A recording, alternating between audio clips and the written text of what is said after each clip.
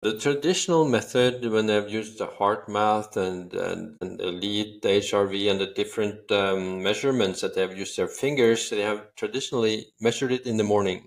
And that's an important metric, but you will not be able to find out what affected it. It's like going in to do some big shopping at the shopping mall to do the groceries, and you only get the total, and you don't know what each item cost. You don't know what was taxing your system. So you can't do the detective work, So you only, through measuring it 24/7, you'll be able to find out the sources of stress and how much, for example, fasting will de-stress your system at parts of the day. Hi, I'm Lauren Parsons. And I'm Andy Jackson, and this is the All Well Co podcast. Dive deep with us as leading experts share their unique perspectives on topics such as recovery, sleep, movement, and the latest innovations in the space. So Torkil, it's a pleasure to meet you on Norwegian, talking to a Scotsman, and the two of us are a little bit Viking, and you're probably a lot Viking, right? Yeah, hopefully. I think I've checked my DNA, so there should be a lot of Viking blood here. Yeah, I've got 13%. I have actually checked my DNA because I'm from the north of Scotland, between Aberdeen and Inverness, so there's been plenty of Vikings over the days. So we probably related somewhere in 800 years ago. Yeah, I'm sure of it. I'm absolutely fascinated by your diverse background. I mean, you've worked as a doctor in war-torn regions. You're a best-selling author. You're a photographer. I'd love you just to share with our audience a bit about your journey. What inspired you to integrate these various fields into your work? Just a bit about you would be great, please. Yeah, I became a doctor just to be able to live kind of a full life so that I could work as a freelancer, work all around the world, and be able to travel and experience the world. I just realized that, okay, we got 80 years old, 80 years on the earth, and you just need to make the most out of it. And being a doctor is what I thought, okay, I will understand what people do, why they do it. I'll be in the middle of the drama of life, in the everyday life, and also in the worst moments. And it was just a way of experiencing life at the most intense. And it has been working that way, so it was successful. So I've been working for 25 years as a doctor all around Norway, and as you say, in Angola for Doctors Without Borders. I've been teaching photography. Right now, I'm actually teaching photography for cancer patients in a kind of retreat center close to Oslo, Norway. So to teach them photography to improve life skills through photography. Because I wrote a book on that called The Camera Cure. And for the last 5 years, I've been just fascinated by how the monitors, the wearables like smartwatches, can track our autonomic nervous system, our physiology. And then I wrote the book called The Pulse Cure. That has been just a wild success in Norway. So been one of the most sold books last year, translated into English and Italian and Swedish and Dutch and a lot of other languages, which is the first guidebook in the world actually on how to use wearables to track your lifestyle changes, because the heart rate responds to what you do right and what you do wrong. It responds kind of immediately, and at the more subtle level than we can feel ourselves. So this is what I'm spending most of my time doing now, doing lectures and talking about I'm very the intrigued. book. And I'm very intrigued about the heart rate and the wearables and stuff. And I'll come back to that. But why a photographer? I get the bit of the cancer patient, and we've got a lot of professionals who are listening to this who struggle to be an expert in one thing, and you seem like an expert in two or three things. You got any advice for them how they can do this duality? It's so much easier to not wear yourself out when you do different things. So if I'd been doing one thing all the time, I would have been tired of it. So that I've been able to maybe work as a doctor for 2 weeks in some faraway island in Norway, and then go straight to teach a workshop in photography in Morocco or Cuba or Sri Lanka or Ethiopia, has kind of made sure that I never get tired of doing that. So So I think that must be part of it, that you can have very separate lives, and I've been just fascinated by it. So it's easy for me to do. If I want to, if I can see on my smartwatch that the easiest thing I can do, that is to work as a doctor. If I go into the ER, it's like being in a spa. I'm totally calm and just enjoying seeing patients, fixing problems, uh, so yeah. Yeah. Yeah. And the same with photography. So what you're Um, saying is that for our listeners, if they want to have like a greater quality of life, then variety in some of the professions and things that they can do is going to add to that. And it is possible to be an expert in more than one thing, and you can find the time to do it. Is that in essence yeah, what you're saying? yeah. And I thought that being a photographer and teaching photography had nothing to do with being a doctor. And then at some point I realized it's exactly the same thing. That the skills, the coping skills that you need to take a good picture, to solve that small miniature problem of taking a good picture, the same principles to do that, to succeed in that, is the same principles as you need to succeed whatever you want to do in life. And to master life is good for your health. So I could see that a lot of patients, they lack the basic life skills. They didn't know how to approach problem, to how to accept difficulties, and a lot of these things. So yeah. It's interesting. You mentioned Angola really briefly. How did your experience with Doctors Without Borders shape your perspective on health and wellness? Because I'm sure it did. Yeah, it sure did. I was a medical student, and it was 1996. So I went down there, before internet, not knowing what to expect. Came to one of the most bombed out cities, kind of in the world. There were several war photographers there that I've been to, like Mostar in Yugoslavia and many other places, and said that this was the worst place I'd ever been.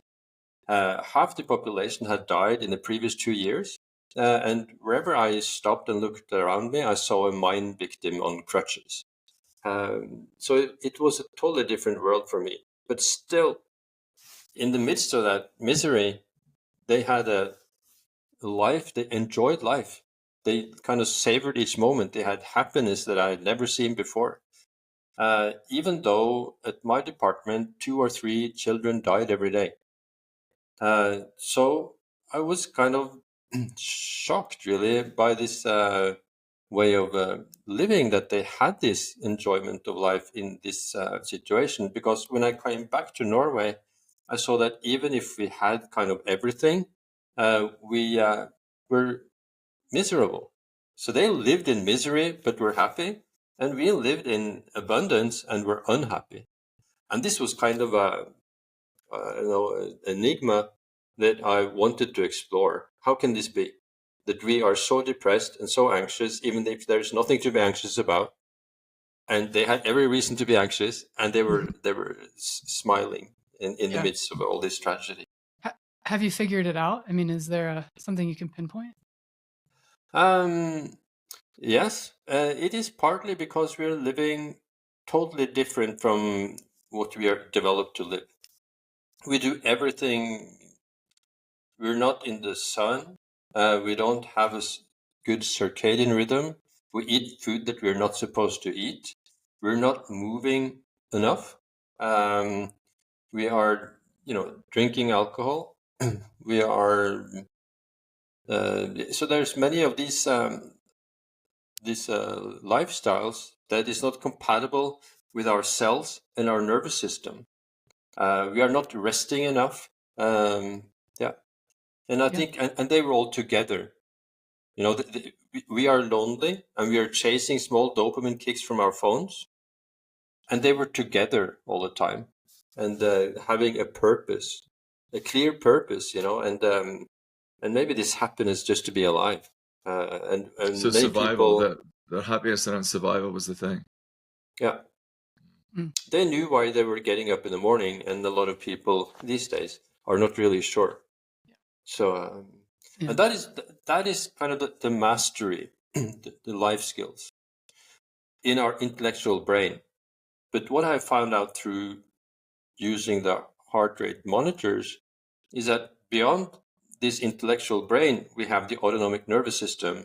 And if our autonomic nervous system is out of whack because of too much stress, our intellectual brain is not really working. So we have to have that foundation in our brains in order for our intellectual human brain to work properly and to enjoy life. Yeah, and I know this episode is about HRV, and I'm excited to kind of build on the first episode that we did earlier with Joel Jameson. So before we get into all the details and certain things, you mentioned in your keynotes how you and your company can use simple heart rate monitors to gain control over your nervous system and physiology. Can you explain that?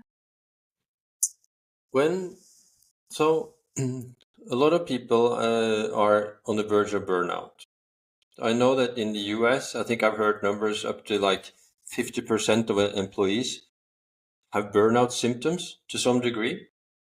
And that is reducing their performance and their loyalty to their employers. And they will be more often sick.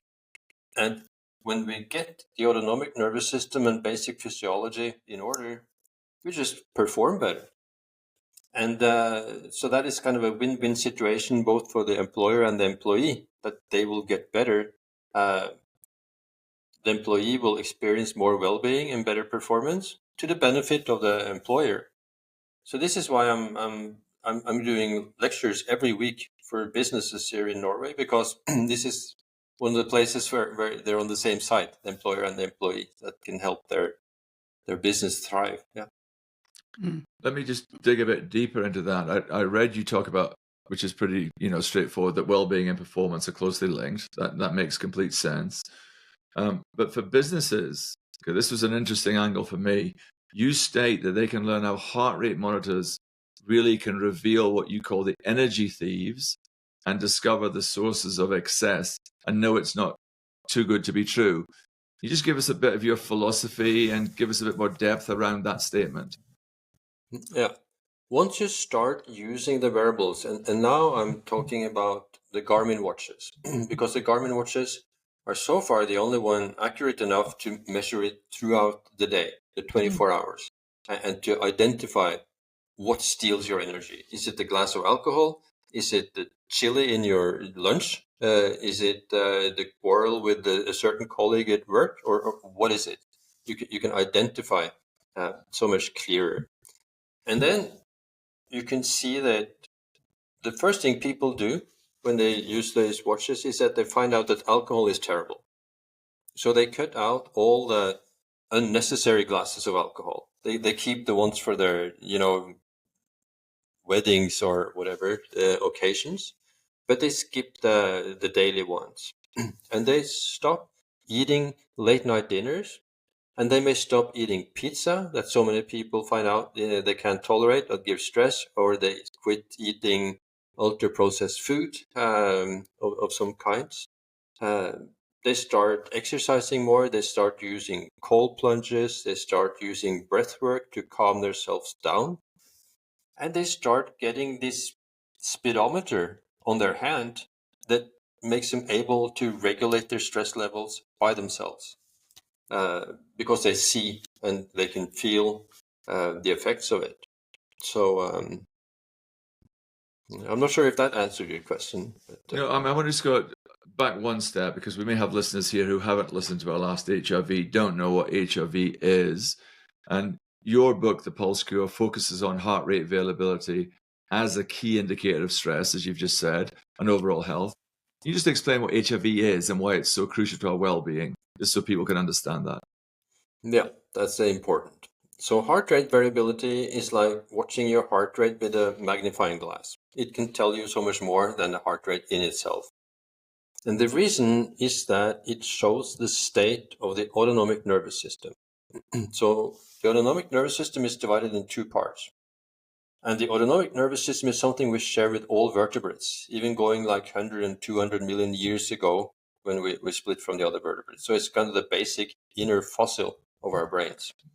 It's divided in two parts: the sympathetic nervous system that mobilizes us towards what we want, to hunt for what we want, and to flee away from what we don't want, that something wants to eat us, historically, of course. And then we have the parasympathetic part, which is the rest and digest, the recovery state, when we are calm and when the body can use the resources to recover from the sympathetic mode. And the good thing is that the heart rate will reveal whether we are in the sympathetic mode or in the parasympathetic mode. Because in the parasympathetic mode, the restful mode, when we breathe in, the heart rate will go up a little bit as there is more oxygen in the lungs, and it profits from pushing that through a little bit harder. And when we breathe out and there's less oxygen in the lungs, it will go down, the heart rate will go down a little bit, measured in milliseconds, just to save some energy. And throughout the life, it's estimated that we can save 350 million heartbeats if we are in this restorative state. And if you are in the stress state, the heart will beat like a metronome, very steady. And then our smartwatches and smart rings and all of these devices can detect which state we're in throughout the day and night, and can tell us whether we are in a sustainable stress balance or not. And of course, 80% of the diseases that we treat as doctors are lifestyle diseases with a root cause in chronic low-grade inflammation that has a relation to stress. So 80% of people will be too much stressed, and that will be a price to pay in these lifestyle diseases. And of course, then when you can downregulate your nervous system and your physiology, you get a better immune system that can deal better with cancer cells, with infectious diseases and autoimmune diseases, with dementia, Parkinson. So you can Google almost any disease you fancy not having, maybe, and you can couple it with heart rate variability, and you will see that there's a connection there to most of these diseases, and including death of all causes. So so that is kind of the quick guide to heart rate variability. So am I right in thinking that heart rate variability, you have a score or you have a number? Yeah, you get a number. And you get a number that is very individual, that has genetic component of maybe up to 50%. So you shouldn't compare your HRV to another person's HRV. So you too could, for example, you could have 50 milliseconds in variation in heart rate variability, and Lauren could have 25. But that doesn't necessarily mean that you have a better health than her. It could be the other way around. But in big population studies, the lower the heart rate variability, the more disease. But on an individual basis, you cannot necessarily make that conclusion. Interesting. His is much higher than mine, so that's good to know that he's just not better. I'm also much older than her. Well, you know what? It's So what is your HRV? I average around 70. Oh, that's good. Yeah, that's good. And your VO2 max? I've had it tested later. I'm a big cyclist, so my so it's VO2 probably good. It's higher, but it did cause me some issues. I had to have a heart ablation last year because my ventricles are, let's just say, enlarged in certain ways as a result of it. So I'm now having to, let's say, taper my intensity on occasions. But you have a sinus rhythm now? I do have a sinus rhythm now. You do? Yeah. I do. Yeah. I had an ablation about a year and a half ago. And I wear a loop monitor now so I can assess the atrial fibrillation and stuff too. So yeah, all good. Thank you. Great. So you mentioned earlier with stress and HRV, just the correlation obviously is very much in parallel. Is that how an everyday person should use HRV? Is it they should watch it throughout the day, they should see what stresses them and avoid it? I mean, it seems like maybe we could get too extreme, right? Because we need some stresses, but how would you say? Would it stress you reading about the stress? Well, yeah, you might stress. Yeah. So we need to stress. So we are supposed to stress, but we are supposed to keep some kind of balance so that we have enough downtime compared to the stress. And if we put these wearables on hunter-gatherer societies that still exist today, we see that they will be in moderate activity 2 or 3 hours a day, maybe 15,000 to 20,000 steps. And most of the day, they will be in the relaxed state. So these are the conditions that our physiology is developed under. And of course, in these days, we are doing too much, and we are stressing too much, and often most of these stressors are hidden from us. Like it was a total surprise to me that food could stress me, that food could elevate my heart rate with like 20 beats because I eat something that I can't really tolerate, and that alcohol would stress me. I thought it calmed me down. Mm. You need to try to find the sources of stress that is not helping you, and to keep the sources of stress, the hormetic stress, the stress that builds you up. But you also need to dose that good, because if you train too hard, you can get atrial fibrillation because you are training too hard, and you get small micro tears in your heart and your arteries that will stiffen them and increase the chances of getting atrial fibrillation. So also exercise, which is good for you, can be overdone. Mhm. So it will be I don't know what he detrimental to means. your health. I have no Everything idea. in moderation. I have no He's idea what just he's talking about. sometimes not good at that. The limit for exercising too much is kind of shockingly low. So that if you exercise more than, I think it's like 7 hours a week of intense training, you are actually um, uh, damaging your system. So it's not healthy for your health. So there's a different dosage of exercising for longevity and health than from performance. Performance. Sure. Which is why if you see the obituaries of former athletes, Yep. you will rarely be surprised by their longevity. Absolutely. It makes a lot of sense. So getting into the logistics of it a little bit, you mentioned Garmin. What monitor is the best or the most effective? Time of day, body position. Can you get into the logistics of how people should be measuring? Yeah, you should just. So the Garmin watches will show you the stress level in the moment. So you can just push a button and you will see the stress level. So my stress level now is 72. So it's probably based on what I've been eating. And then it might be us. We're very scared. no, I don't think so. So and of course that I can, and now it's 63. So just by focusing a bit See, on might that, be making him laugh. That took his stress down. yeah. So and now it's 58. Okay, 52. So I can see my stress level in real time. The stress level here is based on HRV. Now it's 42. Okay, so I can do this and then suddenly see that, okay, my speed is, I'm speeding. It's like you're on a highway and you see a patrolman in front of you and you just, wow, okay, you need to step down. Now it's 40. So you have this speedometer available at all times. And my advice would be to guess your stress level and before you check your watch, just to get the feel of your state.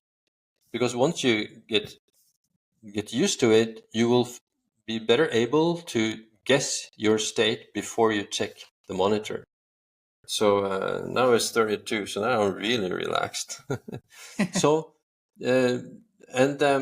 so you should have a look at the graphs from Garmin throughout the day, so that you can see when you're in the blue zone, which is in a parasympathetic mode, or the orange zone, which is a stress mode. So you will get a number from 0 to 100, and then you can see that, oh wow, between 2 and 4, when I was having a meeting with this colleague, that was really stressful.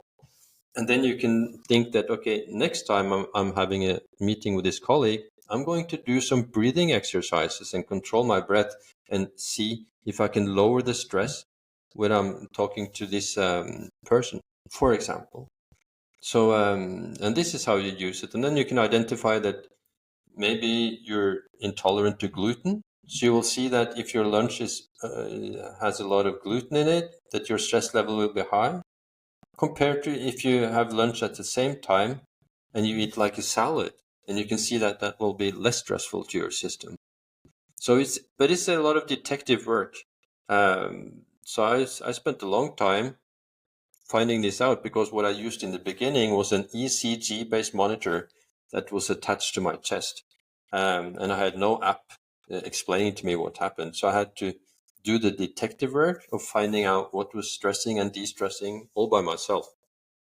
So that is the experience that I'm writing about in the Pulse Cure. But this is kind of a gamification of yourself. It's, for most people, you were asking if it's stressful, but and many people fear that.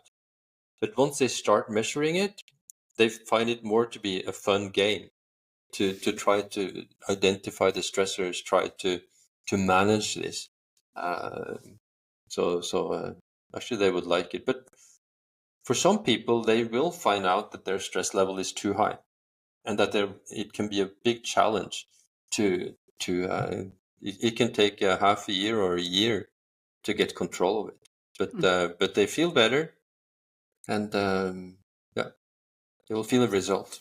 Yeah, you mentioned foods can kind of change HRV and change your stress level, which I find very interesting. Kind of divulging a little bit.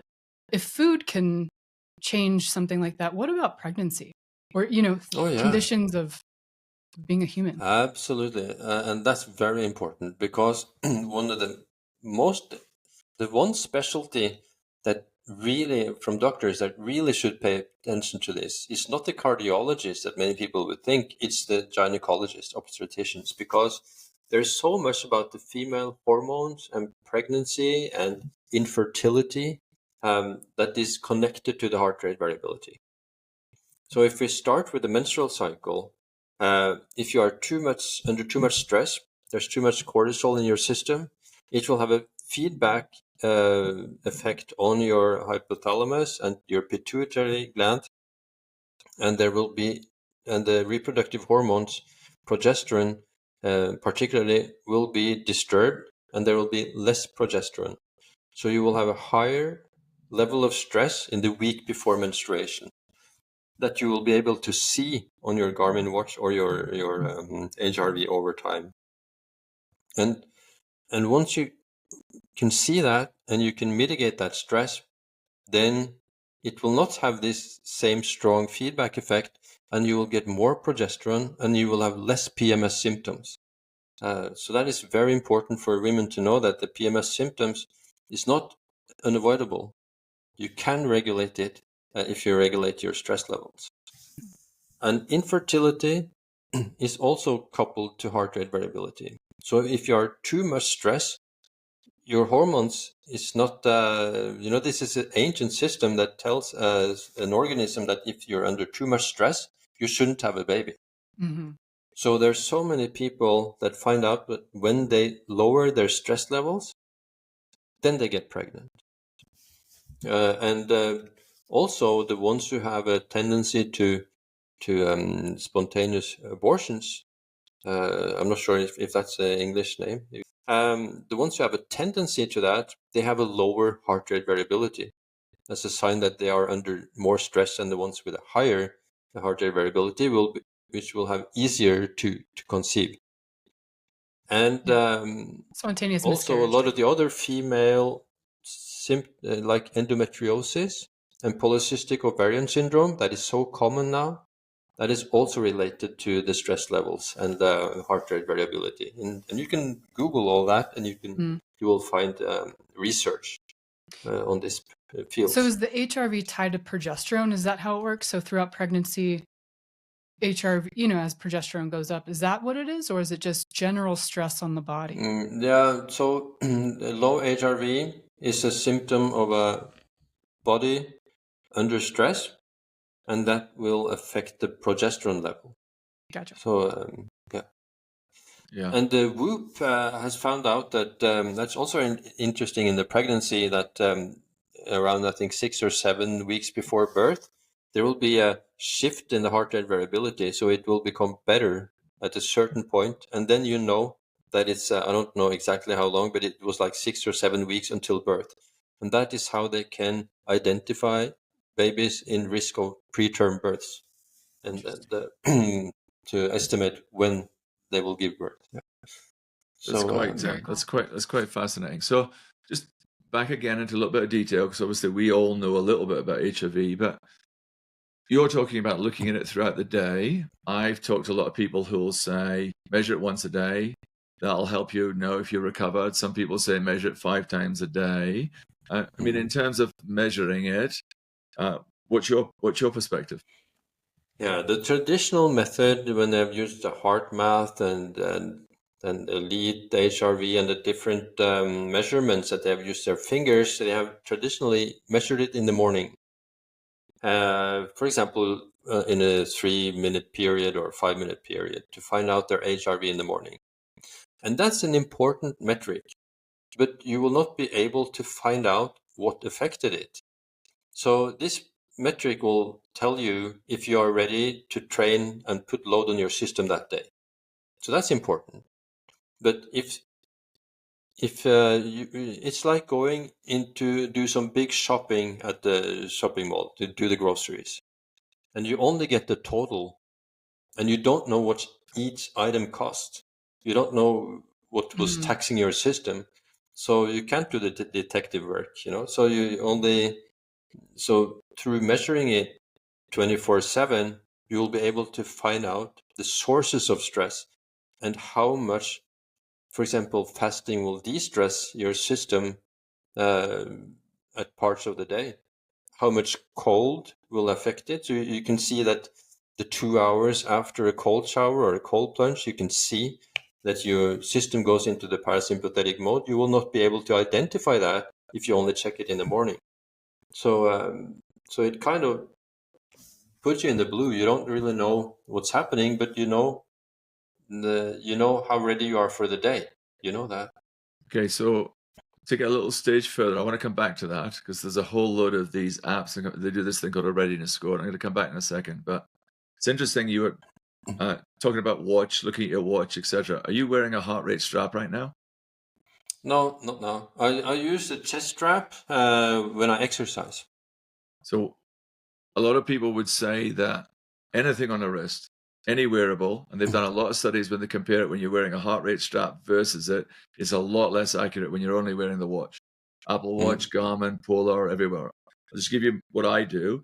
I wear this all day for my everyday, sleep with it, etc. But I take it off when I go to work out, and I wear my Polar with my heart rate strap. I've got data since 2015 on my Polar, etc. Because I like, as I get older, I want to compare the quantum, not what's happening in every workout. I'm doing the same with HRV. I want to see my HRV monthly. Am I maintaining my HRV daily? Don't really care about it. So why are you saying it's okay just to have the watch and not be wearing the heart rate strap and still be accurate around your stress?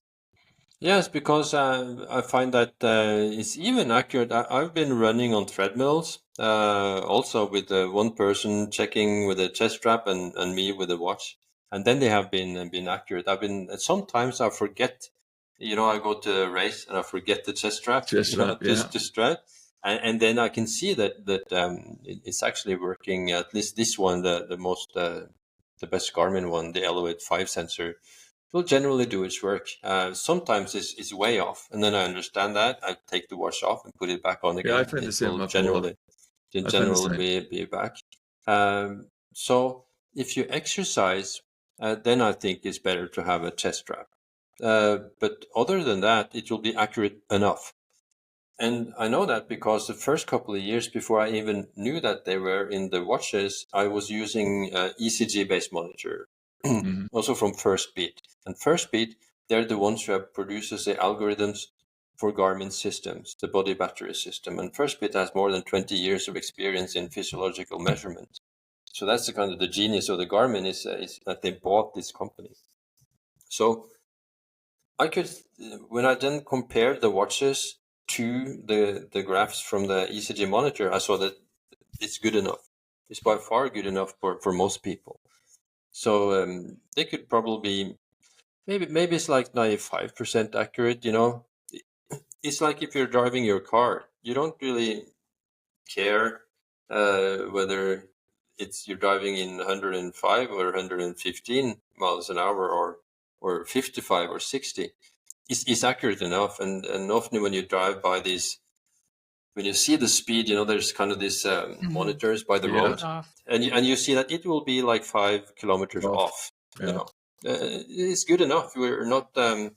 Of course, if you're a top athlete, then you may need to have the ECG monitors. But for most people, you don't have to pay that much attention to it. You just need to know if you're driving at 20 or 55, because in reality, you don't know. Because we can't feel it. We have excellent senses for outward threats. So throughout history, all the threats have been coming from the outside, from animals, from food that could be contaminated. So we needed super eyesight. We can see 10 million different colors. We can smell a trillion different smells. We can hear a twig breaking far away. We can feel a small breath of wind on our face. But we cannot feel if we have 60 or 85 in heart rate, in normal heart rate. And that tells us everything, that our sense to our inner state has been muted. It has not only not been developed, but it has actively been muted, so not to disturb our senses towards the other threats. But now in our days, the threats comes from our own wild lifestyle and not from wild animals around us. So that is why we don't really know our physiological speed. Everybody gets surprises when they start tracking their system like this with the Garmin watches. I've not talked to anyone that has not been surprised by what they find, that their body. So it's kind of a window into our physiology that would be hard to find in any other way. And as doctors, so many diseases that we're dealing with at the doctor's office is related to stress, and nothing will show up on lab tests or radiological tests. So the only window into the level of stress is heart rate variability. So it's such an important tool for doctors to know. Just to go back the biggest shift, I mean, I must say that the biggest shift in this is that it takes the power from the doctor and the healthcare system and puts it into your own hands. So you get the control instead of the doctors and the healthcare system having it. So that's one of the biggest revolutions about this. The preventative side of things, which is extremely important. Just to go back a little bit, from my understanding, why would you recommend a chest strap for exercise? Is it because of the movement during exercise or just the nuances? Okay. Yeah, so the movement, so it can sometimes shift into your cadence, for example, as you run, and just probably jump from like 80 and it will just pick up the cadence, and suddenly you have 140 in heart rate, and you obviously understand that it's not right. So it's just the movement, the physical movement, that can be difficult. Not necessarily, but it can be. So if you're really dependent on it, then you should have a chest strap.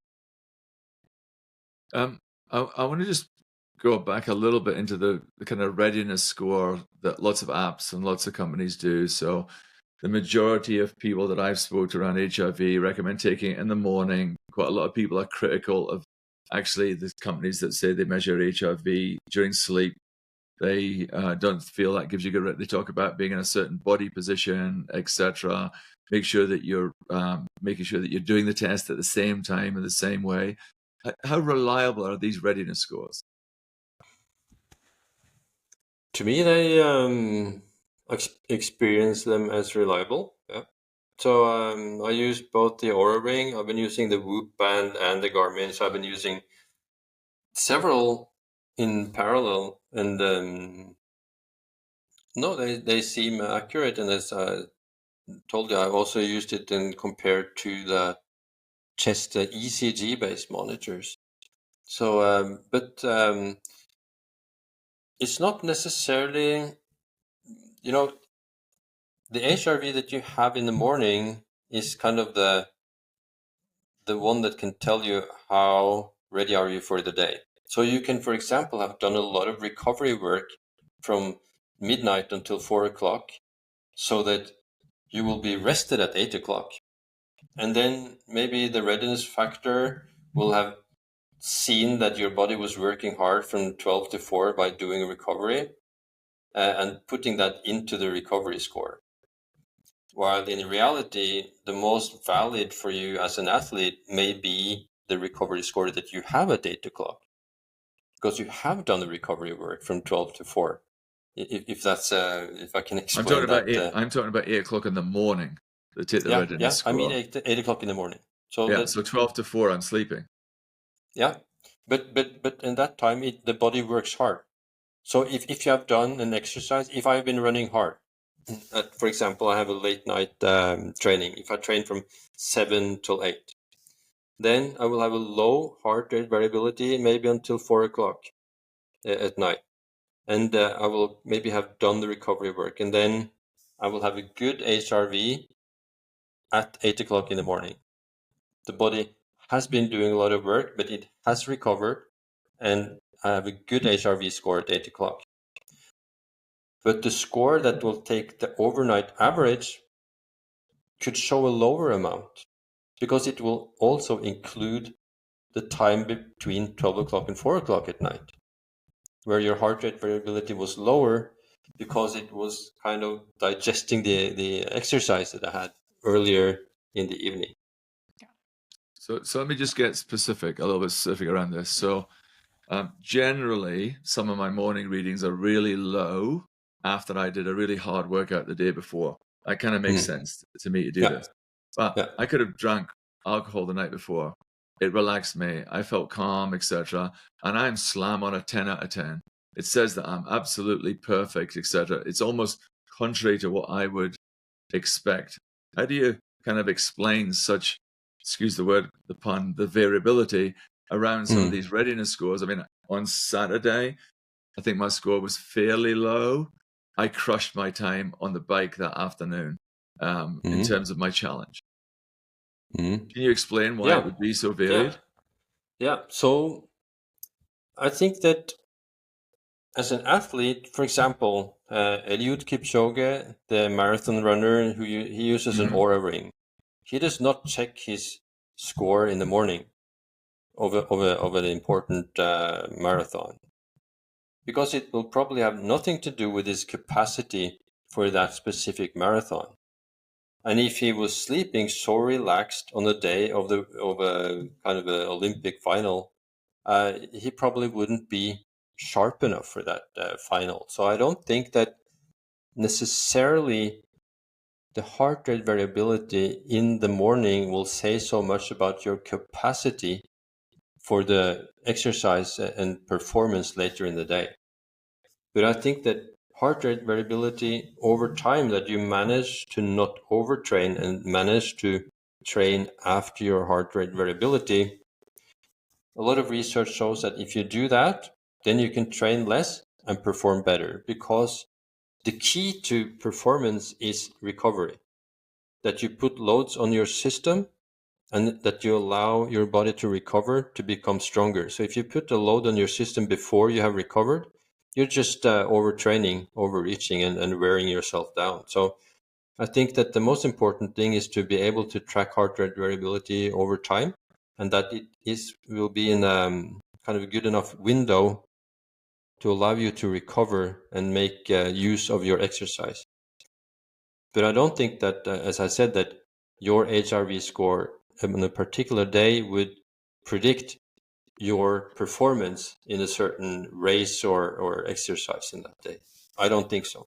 So if I don't sleep great and I drank a bit of alcohol before, but my readiness score is 10, what you're saying is that the alcohol and all of that had no real effect on my HRV. Yeah, I haven't heard of anyone that had that particular score, that they would have a better score after alcohol and the hard exercise. I mean, I don't drink a lot of alcohol now for obvious reasons, but I can have 2 or 3 beers. I can go out with friends. I can have an okay sleep, and I wake up the next day and my readiness score is 8 or 10. Lucky you. Because that's really common. But it also shows the important thing about these smartwatches and wearables that they are individual. So they're not showing how an average of people react to a certain thing, like drinking 3 beers. It will show how you react to it. Because the normal score that we as doctors relate to in our work is the average of how 1,000 people react to, say, 3 beers. And this has no relation to how you react to that, or me. I'm wrecked. If I if I have 3 or 4 beers, then my training readiness is really low. And with the exact same exercise, because I have this exact same 30 minutes run that I do, will be a lot harder. And I can see it not necessarily in my heart rate as I run, but in how my heart rate responds after the exercise. And I can see that my heart rate will not go down the way it would without the beers. Yeah. And I smell Whoop, a beer. and Whoop that has tracked teams, they can see that it takes 5 days after a round on town with drinking maybe 4 or 5 units. It takes 5 days until the recovery is back to where it was. So and they say that if you drink 2 nights a week, you never know your performance level. You're always underperforming. So, but I have heard of people like you who I met one guy who could show me on the watch that when he had 2 or 3 beers, it didn't affect him at all. So I would like to be in that situation. I used to love drinking alcohol, So for probably 15 years, I had 2 glasses of wine every evening to wind down, and it was more than that. It also, yeah. Was that? Me too, more than that. And then it was interesting once I won't go into my whole history of my health, but once I got the heart type things, it really changed. And I think I read on a podcast as well, you talked about losing 20 kilograms of weight and stuff too. Exactly the same, identical. So and alcohol increases the risk of getting atrial fibrillation. If you have the paroxystic atrial fibrillation, drinking alcohol will increase the chance of kind of releasing the atrial fibrillation. So you mentioned earlier the Whoop with the population information. Yeah. Is that data skewed towards athletes? So if I was to compare myself in my HRV towards the graph, right? I mean, some people can be discouraged. Me in particular, right? My HRV is usually around 50. I'm like, come on, it should be higher. I'm in really good shape and so on and so forth. Is it skewed or? Yeah, because the average Whoop users will be in a lot better shape than the average American. Not be compared at all. So, yes, you must take into consideration that most of the Whoop users will be active people exercising. So if you have 50 in HRV, that's good. That's really good. And good enough. And I'm kind of looking for not health optimization, but health normalization, to find the lowest level of kind of activity that will give you a health that is not in your way, that will allow you to live as long as you can, and with your health in order enough to do the things you like to do, so that you're not filling all of your thoughts and all of your time with health. There are some people that overdo it, and so I think to have good enough health, you don't have to do so much. Maybe then if you go out jogging 2 or 3 times a week for half an hour in zone 2, that may be enough to have a good enough health. As a physician, have you seen doctors use HRV as a measurement, whether it's primary care, cardiologists? Have you seen that adoption at all? Yeah, now in Norway, after the success of the pulse cure, then they do. Yeah. The doctors will immediately see the use of it. So a lot of people do that because they can also see that they have their patients that they can check their heart rate variability and stress levels. So more and more, they will be aware of it. Yeah. So I'm wearing a loop monitor under my skin, which is monitoring me 24/7 because of my atrial fibrillation, is it likely then that my cardiologist is also monitoring heart rate variability through that? I'm not sure. I couldn't tell really. So I think that most doctors are not aware of it. I was not aware of it until 5 years ago. I had never heard of it. So I heard of it the first time in a book by Bessel van der Kolk. It's called The Body Keeps the Score. It's a great book, and it's telling about how they use heart rate variability to measure how the psychiatric patients are doing, if their treatments work, and if they are at all accessible for therapy. So if the heart rate variability is very low, they wait until it gets better, and they're able to make use of the therapy. So and of course the U.S. Army has used it a lot. The UK Army has used it a lot to optimize their soldiers. So they have done a lot of the work, and NASA has done a lot of work on this as well. So I assume that the doctors, I think that it's the same with the doctors in the US as in Norway. They seem to be the slowest ones in taking on new technology and new concepts. They're kind of traditional, conservative, sticking to what they already know and what they were taught in medical school. So I used to be like that myself. So I can't blame them. You know, it's how we are trained. We're trained as doctors. We are trained in identifying disease, categorizing it, and finding the treatment that works of pills and procedures. We were not trained in preventative medicine, we did not train in how to be healthy. So if you want to know about that, you have to do it after hours. Yeah. Well, I mean, of course, here you've got this little thing called liability that often gets in the way of some of these things. It's very easy to get sued over here. So people then probably in the US, they stay within everything. It has to have a paper. It has to be medically proven, etc. For all of these reasons. So I'm picking up that. It's interesting. You're talking about, even with doctors, they've got to do it out of hours. And you're talking about lifestyle and holistic wellness. You've talked about quite a bit about diet. That was fascinating, hearing that certain foods can do it. Talked a little bit. Sleep can significantly impact HRV. Laura and I right now are sitting at about 5,280 feet, so roughly 17,800 meters. I've heard you talk before about how altitude can affect HRV. We're fascinated to hear this, living at altitude. Yeah. So according to Whoop again, when they get the scores from their users, they find that alcohol is the worst stressor, and then number 2 is altitude. And that is probably because in the US, among their users, a lot of people live like in Denver and live and travel to high altitudes in their sports, going skiing and all of this. And I think that even in Norway, where most people will go to their cabin maybe at 700, I must measure, at 3,000 feet, they will feel it. There will be like 10% less oxygen. I don't know how much less oxygen it will be in Denver, but it may be maybe 15% less oxygen than at sea level. And that will create stress. Your body has to work harder, your heart rate has to go up, and anyone coming up to Denver from sea level will feel this. And then you will acclimatize to it at some maybe 5 days or so. I think that you will.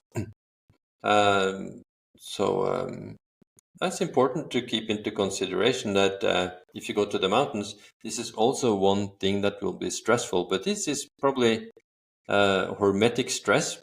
A lot of athletes, they go to exercise in the altitude to build themselves stronger and then go down in the lowland and compete. So, but it's definitely a factor to consider in your stress levels. So a lot of the people who are listening to this podcast are professionals, and they're giving professional advocacy to all their clients, just general consumers about general health, sometimes around illness, pain, or whatever. Can you share some personal experiences or tips on how you actually optimized your health using HRV or any other biohacks? Hmm. Yeah, I generally try to have a cold shower in the morning. I skip breakfast.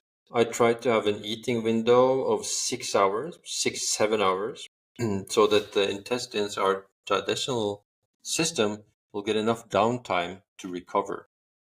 I make sure to go for a run. I'm going to run the New York Marathon this November. So I'm trying to run as little as I can.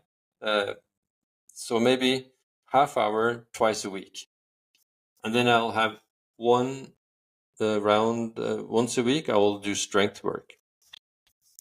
I make sure that I try to sleep up to 8 hours a night, at least more than 7. And try to keep a good sleep consistency so that I go to bed and wake up at the same time as much as I can. I try to stay away from chili. Chili is a huge factor for me. If I eat food containing chili, I could as well have 5 glasses of beer or wine. It's a big stressor. And then, of course, almost no alcohol. Maybe I drink alcohol 3 or 4 times a year. With the success of the pulse cure, I have no time or energy to waste on alcohol.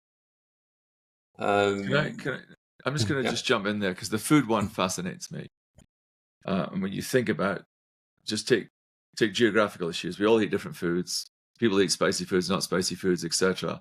Is there something to be said here about looking at your HRV to help you actually find out what stresses you or not stresses you? So there's almost, you know how they do this when you do the readiness test for HRV, they can do 7 days, then they work out your standard. Is there something we should be doing as, taking a month-long diet, looking at what stresses your foods to then actually help you work out what's the best diet for you? Yeah, the way I do it with the Garmin watches and advising people, then if there's a big difference between your stress level when you're fasting and when you're eating, then there's a big risk that there is a food intolerance involved. So a lot of people then go to check the food intolerances, and then they often find that there is a food intolerance. And that can be complicated because they could have 4 or 5 different ones that they would never be able to find out by themselves. And once they stop eating that for a period, that then people say that they lose symptoms that they've had for like 20, 30 years, kind of like brain fog and muscle pains and joint pains and these kind of symptoms, migraines and so on. So if you're eating something that you cannot tolerate, your heart rate will respond to it. And actually, one of the fathers of allergic medicine, he found this out in the 50s, that he had something called the pulse test, that if you ate food that you were suspicious that you couldn't tolerate and your heart rate went up a certain amount in like 5 minutes or so, then he used that as a sign that you were food intolerant for that particular food ingredient. And then, of course, he was just laughed at. But in my experience, the heart rate will react when you eat something that you cannot tolerate. Certainly in my case. So I can see that I tolerate gluten and milk poorly. I did a test also that confirmed that. And as long as I stay away from that, my stress level is fine. So if I'm stressed, if I have stressful days, I know that I can eat like Caesar salad and I'm fine. It will not affect my stress levels at all. But if I eat like bread and cheese, I will get a certain amount of stress. So you're not just talking about which food you're eating, you're talking about at certain times. So if you knew you were in a great state, you're in readiness, etc., your body could potentially cope with certain foods, whereas at other times when you're more stressed, it could have a worse effect on you. So it's not just the type of food. Yeah, it's also probably the overall stress level also, so that if I'm in a particularly good state, I can tolerate eating the foods that I react to better than if I'm stressed. So there's what we see is that everything is connected to everything. So sleep, stress, alcohol, food, exercise, it all intertwined. So it all affects the other. So if I'm stressed, then I can tolerate food not as good as I would in a better state. Yeah. Also, make sure to get enough sunshine, get enough sun. And in the wintertime in Norway, I use the sunbed, I think you call it, sunbed or solariums. And recent research from the UK, a big study with 400,000 participants, shows that actually using the sunbeds is even better than getting just more sun in itself. So that is really different because a lot of people are scared away from the sun, Yeah. and that is really, really a big mistake. So I'm happy that there's more and more research showing that, of course, the sun is good for us, and that our cells are developed evolutionary to taking advantage of the energy from the sun and the different light frequencies, or whatever you call it, to make sure that our mitochondria and our cells are working better, more smoothly. Yeah. So we've talked about a lot today, and to try to summarize, I think might be hard. But I know inflammation is a big, overarching umbrella topic because of all the things we talked through. If you could give one piece of advice to someone looking to improve their health, their stress levels, what would that be? Yeah. So, and Jenna Makiyoki, which I recommend in my book, a brilliant expert, she's an immunologist. She says that HRV is a measure of the state of the immune system and inflammation. So that's good to know. And so the one advice that would be on alcohol. I think that's the most important thing to regulate. So if you can regulate your alcohol better, and then make sure that you sleep enough, that you sleep at least 7 or 8 hours, then, if you then also restrict your feeding window to maybe 8 hours, with those 3 steps, I think you come a long way. Yeah. Mm. Torkil, I have to pick up on this one because this is something that I get pushed back all the time. But alcohol is also one of the places that people socialize the most, so it takes them away from loneliness. It's one of the things that often can calm and relax people. It's a time with families, they get together around a table at the end of a day. Where's the balance there? So the effect of 2 or 3 beers versus all the gains that you get from all the socialization, etc. Come on, we have to be realistic here. Where's the balance there? You can't just say alcohol is no good for you and you shouldn't do that. Yeah, so there will be then that you can find these occasions, as I do also. It's just that I can't do it as much, because of the success of the book, that I'm not in the position to do that. But if I had the possibility, I would probably drink alcohol 10, 15 times a year. And to go to these occasions, as you say, and have these glasses of beer and wine, and just make sure that with my system that tolerates it poorly, that the day after I should to relax and find some way to mitigate the stress. And that could be through cold plunges and so on. That will be very effective. So I think that's I'm going to pin advice. you on this because I think you're sidestepping my question. Sorry to be direct here. There are a lot of studies that show the socialization and all of the benefits of loneliness and all of that. That versus what you're saying. I get how you can take a cold plunge into the alcohol, but what I'm saying is that someone drinks 2 glasses of alcohol every day, but it's taking them out of their loneliness. It's helping their mental health. It's helping. Where's the balance here? That's my question. Yeah, I'm not sure if they have found this out, but the reason why we for so many years thought that 2 glasses of wine was healthy for us, and the reason why I said thanks, that sounds great, is that they could see that those who drink 2 glasses of wine live longer. And what we did not know at that time was, just as you say, that loneliness is so dangerous. So loneliness can take 10, 15 years from our lives. It's as dangerous as smoking 15 cigarettes a day. So there will be some line that if you need alcohol to be social, there will be the social benefit of this, that you will not be as lonely and as stressed by the loneliness. So, but the exact balance of this, I'm not sure that anyone knows. No, I don't think But they do either. so what I is agree. important is to know that alcohol in itself is detrimental to some degrees and varying, like from the two of you. You know that exactly the same amount of alcohol will have totally different effects on the two of you. So you have to take that into consideration, and just remember that good relations, and being social with people is also maybe the most important thing you can do for your health. So I guess everybody has to find this balance for themselves and just see the readings. I know that a lot of people, for example, find from their watches that if they're in good company with people they like and trust, then they can drink alcohol and Yeah. tolerate it good, Okay. tolerate it well. And in other occasions they can't. If they're Yeah. so there's and this shows the value of these watches, that you can kind of regulate your speed and intensity to quite accurate level, Yeah. also Yeah, very including much so. alcohol and socializing. Yeah.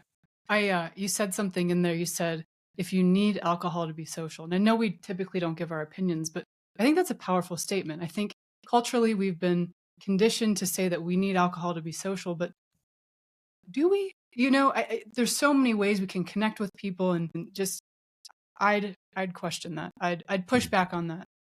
So, very last question for you. One of our pillars of our podcast is kindness.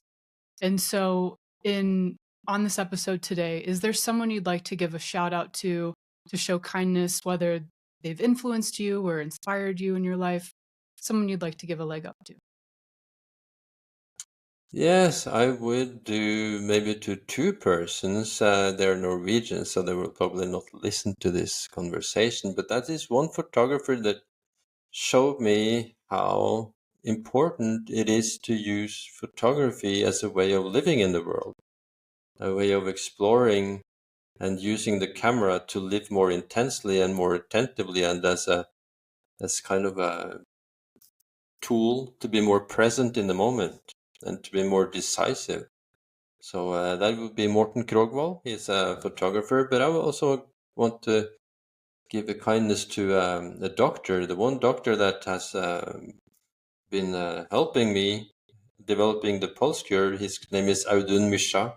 So he's a holistic doctor in Norway, and it was under his using on a course of his that I use this method of using the heart rate to to regulate stress, to find this. So those are the people I'm in very much gratitude towards. Without them, my life would be very different. Just quickly before you sign off, don't forget to visit network.allwellco.com and join our professional network. You'll get to enjoy exclusive benefits from brands we love and have access to a community where learning and professional development are always at the forefront of everything we do.